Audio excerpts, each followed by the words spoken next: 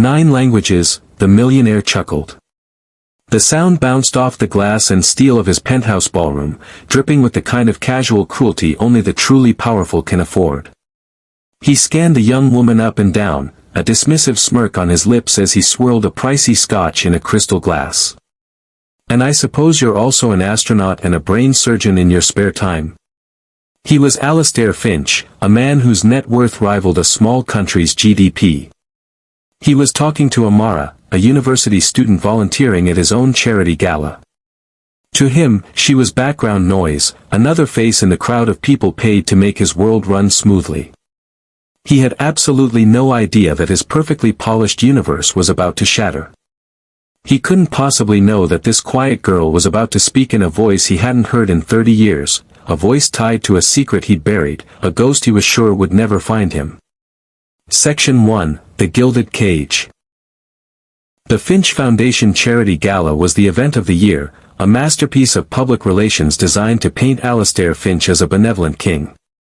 Held in a ballroom that overlooked a city he practically owned, the very air seemed to glitter, thick with expensive perfume and the quiet murmur of backroom deals. Men in bespoke suits and women in gowns that cost more than a car drifted through the room like chess pieces, all hyper-aware of their position on the board. And Alistair Finch was the king. Standing near the panoramic windows, he was a sharp silhouette against the glittering skyline. At 60, he was imposing, radiating the confidence of a man who never had to take no for an answer. His philanthropy was just another arm of his business empire, a tool for shaping the world to his liking. This gala was its flashiest advertisement. On the other side of this world stood Amara. At 22, she lived a completely different reality. A scholarship kid majoring in linguistics, she was here as a volunteer, not a guest. Her job was simple: check people in, make sure the auction tablets worked, and be as invisible as possible. She wore a simple black dress, the nicest thing she owned, but in this room, it felt like a uniform marking her as the help. But Amara wasn't intimidated. She was an observer. To her, this room wasn't just a pile of money, it was a living ecosystem of human behavior.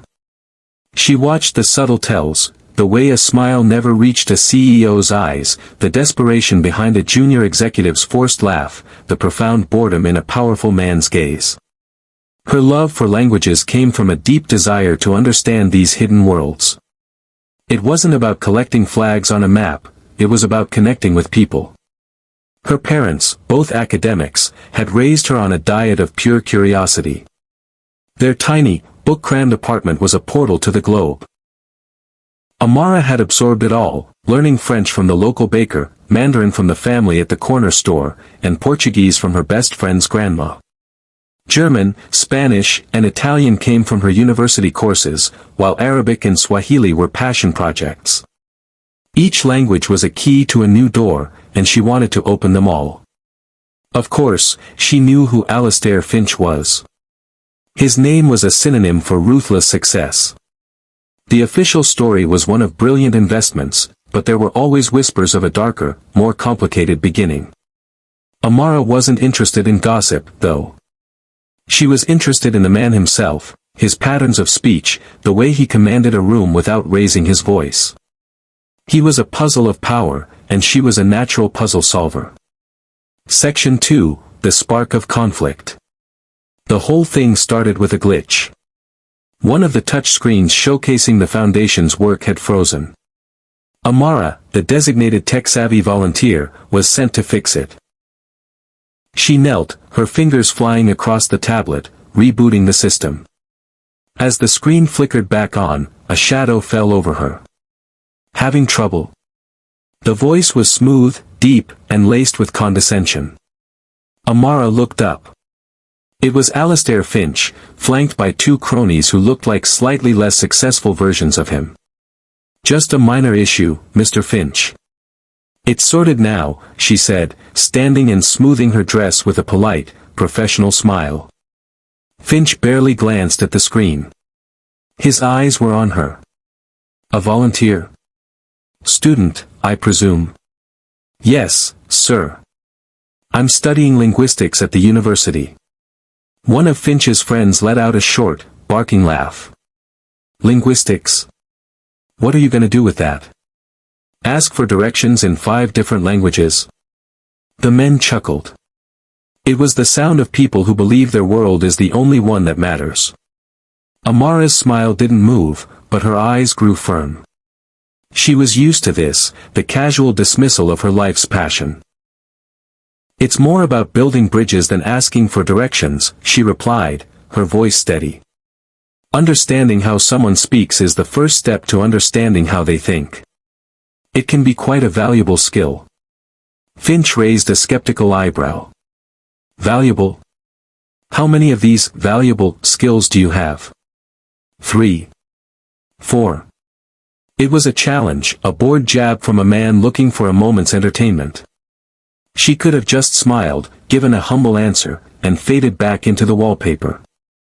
But something in his dismissive stare lit a spark of defiance in her. She had poured her soul into her work, and she wouldn't let him trivialize it as a cheap party trick.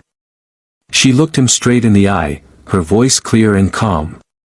I speak 9, she said. Section 3, The Rising Tide of Disbelief. The words just hung there for a second. The 2 men beside Finch glanced at each other, their faces splitting into disbelieving grins.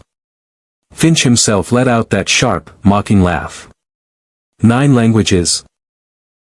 He repeated, drawing out the words. He stepped closer, invading her space, using his physical presence to intimidate. That's a bold claim, young lady.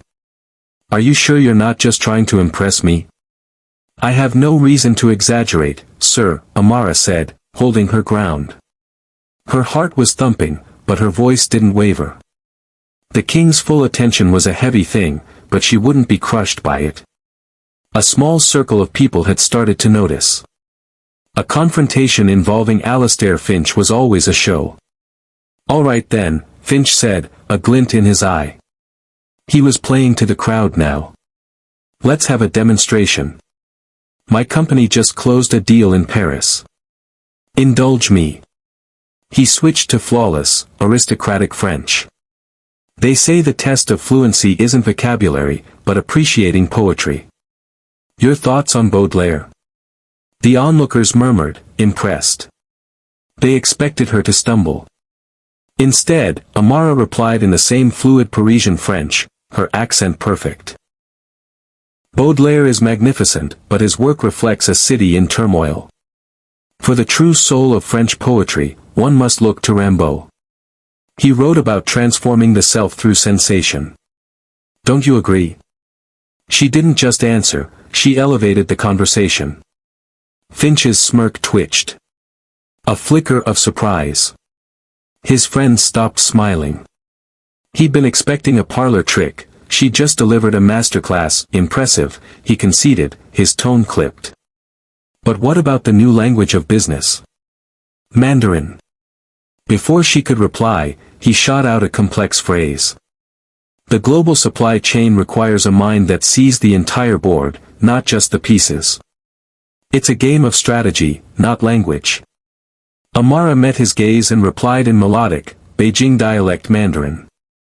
A game of strategy, yes, but one where the rules are written in different languages.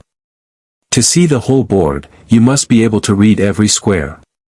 To ignore the language is to ignore the player.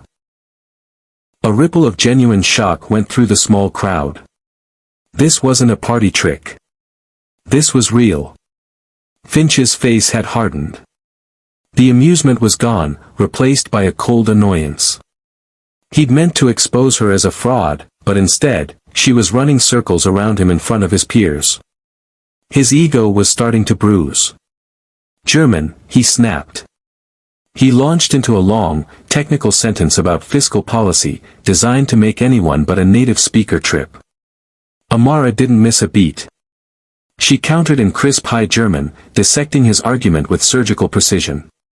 Then, before he could recover, she smiled and switched to flawless Portuguese. But perhaps we are boring your guests, Sr. Finch. She then turned to one of his companions and said in perfect Italian, your wife called, by the way. She said not to forget the Barolo for your anniversary tomorrow. The man froze, his mouth hanging open. Amara hadn't just spoken another language. She'd shown him she was paying attention to everything. The atmosphere had shifted completely. The mockery was gone, replaced by a tense, electric silence. Finch was no longer playing a game, he was losing one. His face was a thundercloud. He had been publicly outsmarted by a student volunteer. He needed to end this. He needed a weapon she couldn't possibly counter. So, he reached back into the darkest corner of his memory.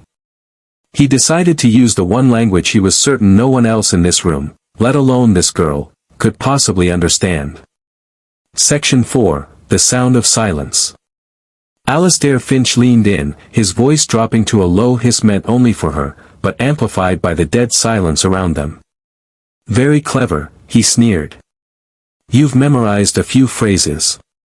Cute. But let's see how you handle something real. Something with dirt under its fingernails.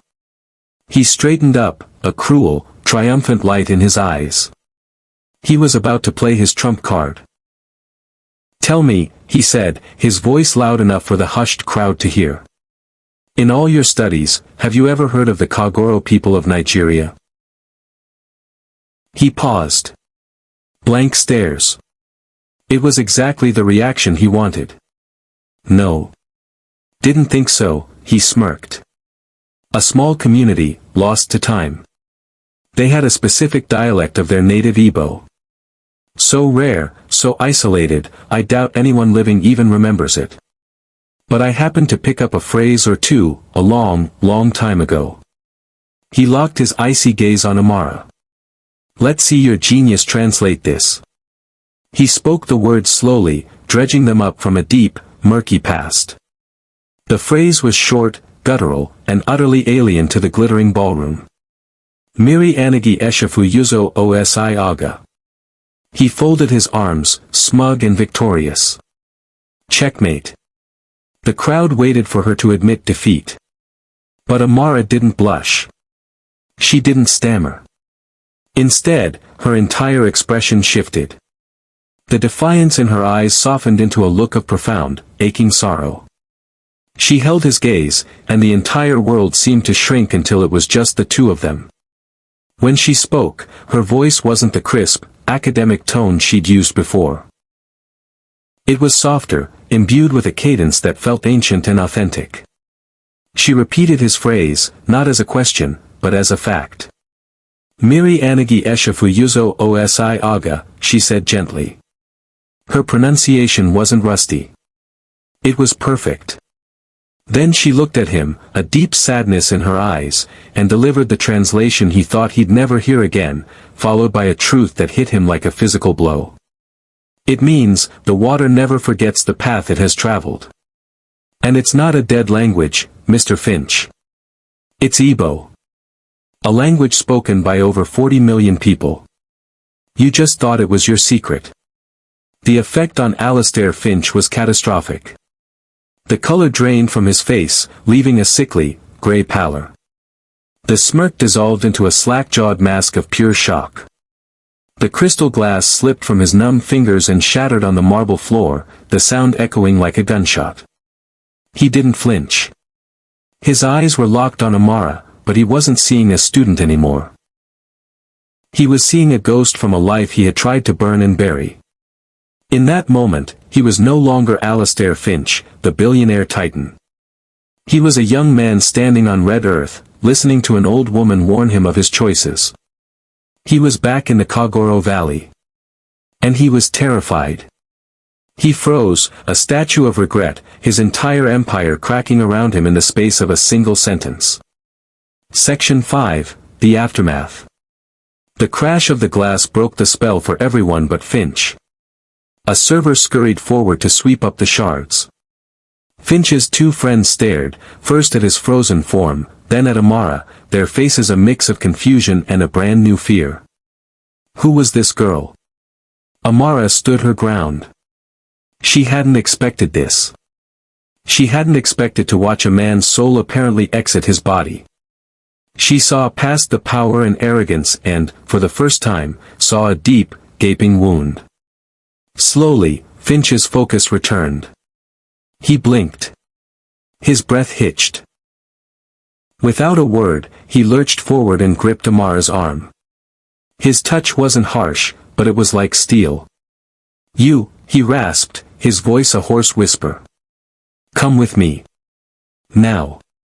He turned and pulled her along, striding through a private door she hadn't even noticed, leaving his party and his reputation in shattered pieces behind him. The door closed, muffling the gala to a distant hum. They were in a private study lined with expensive, untouched-looking books. Finch finally released her arm. He stumbled to the desk, bracing himself on it, his head hung low. He took several shuddering breaths. The untouchable billionaire was gone. In his place was a scared old man. He finally looked up, his eyes a storm of fear, regret, and awe.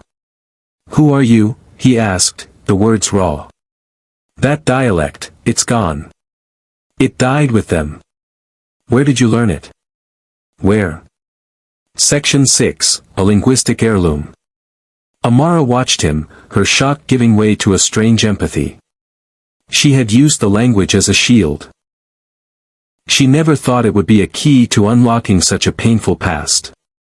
"I didn't learn it in a classroom, Mr. Finch," she said softly. "It was a gift." She took a small breath. "My grandmother, Amara, was a linguistic anthropologist. She dedicated her life to documenting what she called whisper tongues, languages and dialects on the verge of extinction. 30 years ago, she spent 2 years with the Kagoro people. They were being squeezed by corporate interests, and they knew it." Finch flinched at the name. "My grandmother didn't just study them," Amara continued. "She lived with them. The elders, seeing her respect, taught her their stories, their history. They spoke a specific dialect of Igbo, rich with proverbs and traditions all its own.